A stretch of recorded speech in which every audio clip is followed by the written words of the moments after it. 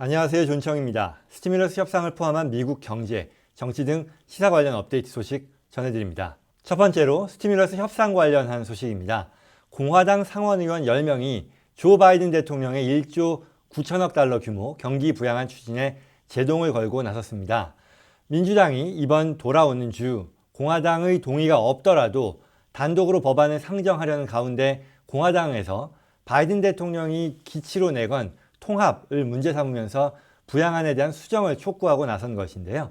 이에 대한 백악관의 대응도 함께 나왔네요. 같이 살펴보겠습니다. 다음으로 조 바이든 대통령이 취임 초기에 의회 입법이 필요 없는 행정명령에 지나치게 의존한다라는 일부 비판에 직면했다는 소식입니다. 취임 당일부터요, 도널드 트럼프 전 대통령의 정책 뒤집기에 나선 가운데 행정명령이나 각서 등 어떤 손쉬운 방법으로 정책을 추진하고 있다는 데 대한 비판의 목소리인데요. 이에 대한 내용도 살펴보겠습니다. 그럼 시작하겠습니다.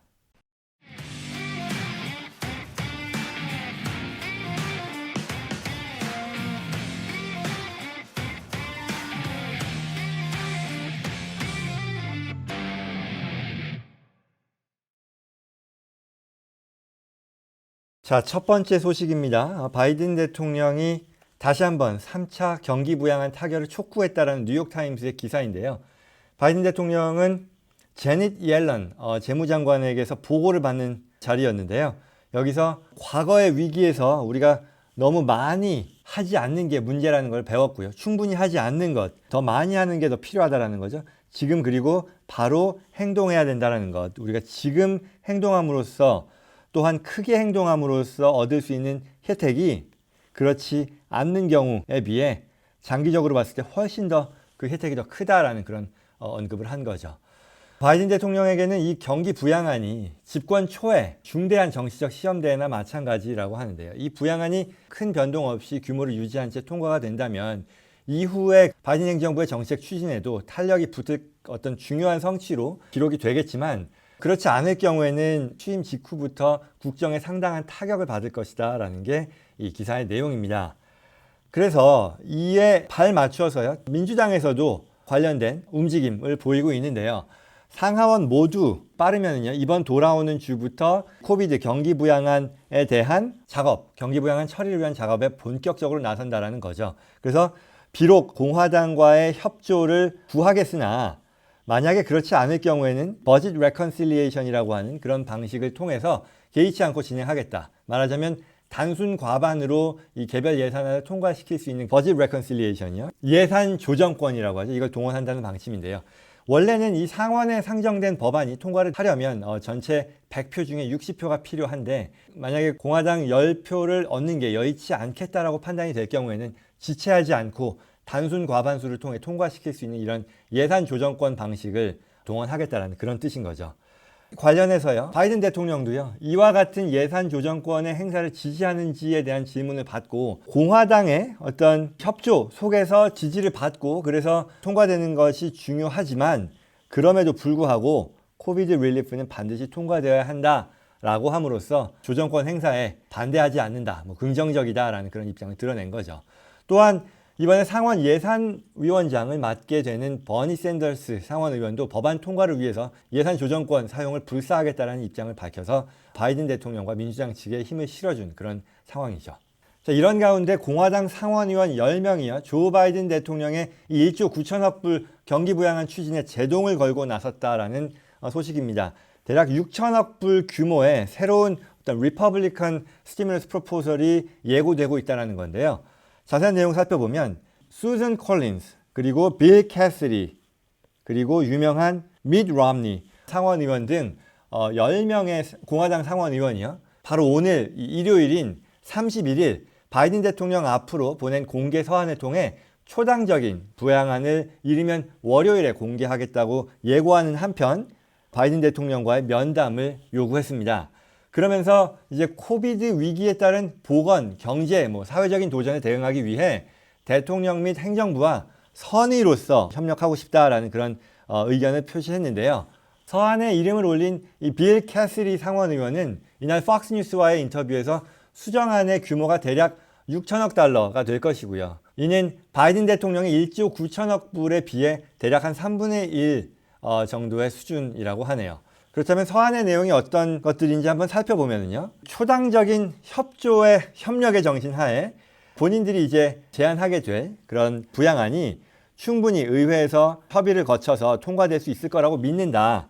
그리고 이 내용은 바이든 대통령이 얘기했던 이 백신의 개발과 안정적인 보급, 테스팅을 위해 충분한 예산인 1,600억을 할당하려고 하고 있고, 그리고 그 밖에도 또 어떤 의료, 헬스케어 관련된 예산으로서 4 빌리언, 40억 불을 또 포함할 거라고 하네요. 이 밖에도 이코노믹 임팩트 페이먼트, 그러니까 스티뮬러스 체크죠. 스티뮬러스 체크를 위해서도 추가의 예산을 할당할 것이고, 또 이 밖에 페더럴 언임플로이먼트, 연방정부 실업 예산을 지금과 같은 수준으로 계속 확보하는 데 동의할 것이고, 또 뉴트리션 어시스턴스, 아이들 교육 관련된 내용, 이런 것들도 같이 포함하겠다라고 언급을 했네요.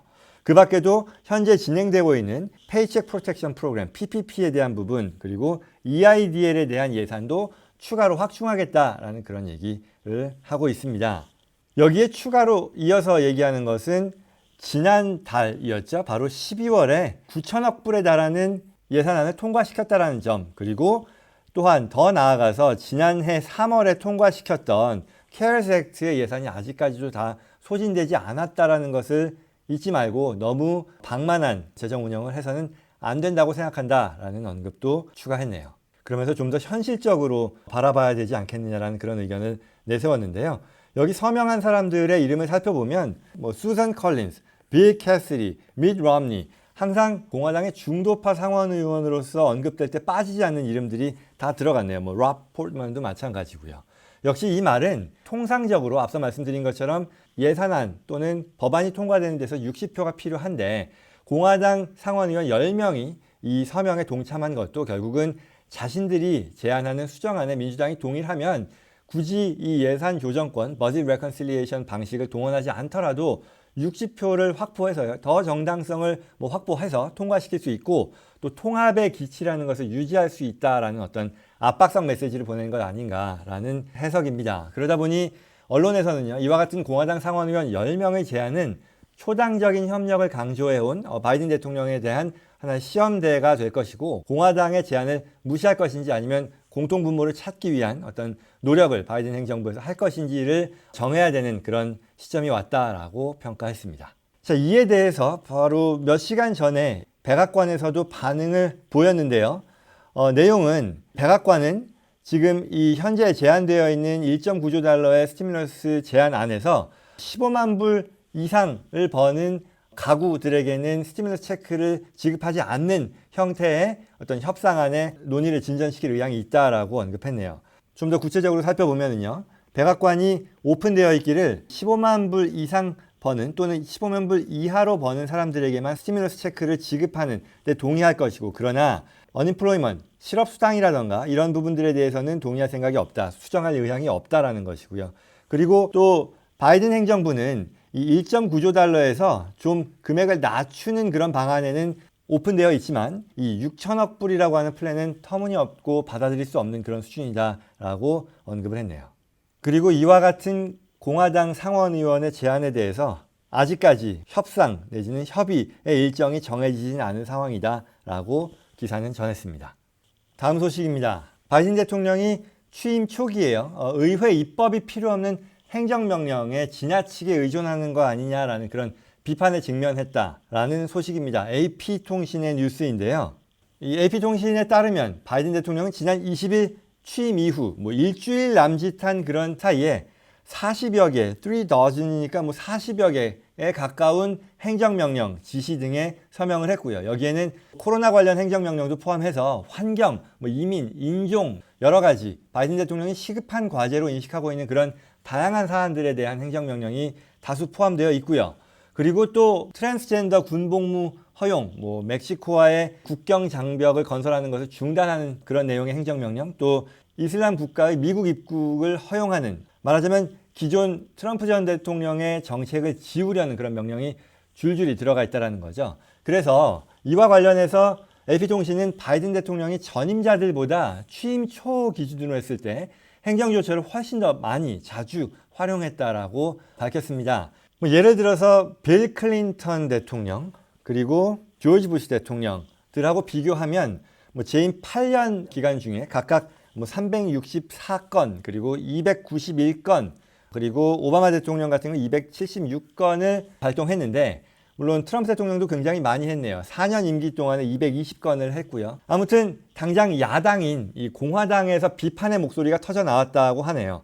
미치 매커넬 공화당 상원 원내대표는 바이든 대통령의 행정명령 의존이 후보 시절에 의회 공화당과의 어떤 합의를 만들어가는 대통령이 되겠다라는 그런 약속과 충돌한다라는 비판을 보였습니다.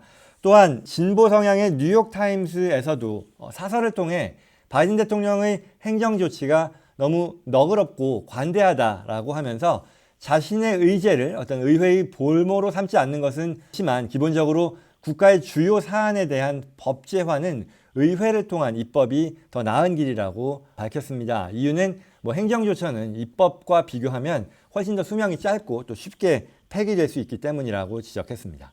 자, 바이든 대통령은 이를 의식한 듯 자신의 행정명령 조처가 새로운 법을 시작하는 것보다는 트럼프 전 대통령이 만든 피해를 없애려는 것이다 라는 취지로 말했습니다.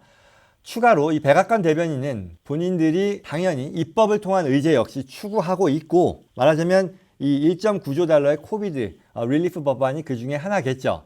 다만 이제 바이든 대통령이 입법까지 기다릴 수 없다고 느낄 정도로 해롭고 부도덕한 전 정부의 조치들을 고치는 과정에서 불가피하게 나오는 것이다. 그래서 바로 이런 면에서 바이든 대통령의 행정 조치를 이해해야 되겠다라는 그런 언급을 했네요. 아마도 다음 주 진행되는 3차 경기 부양안에 대한 협상이 바이든 행정부의 정책을 입법화하는 데 있어서 가장 큰 첫 번째 시도가 될 것이라는 그런 해석입니다. 이상 오늘 준비된 소식이었습니다. 도움이 되었기를 바라고요. 저희 정보가 유익했다고 생각하시는 분들께서는 구독과 라이크 버튼 눌러서 다른 분들께도 소개될 수 있도록 도와주시기를 부탁드립니다. 그럼 저는 다음 시간에 뵙겠습니다. 고맙습니다.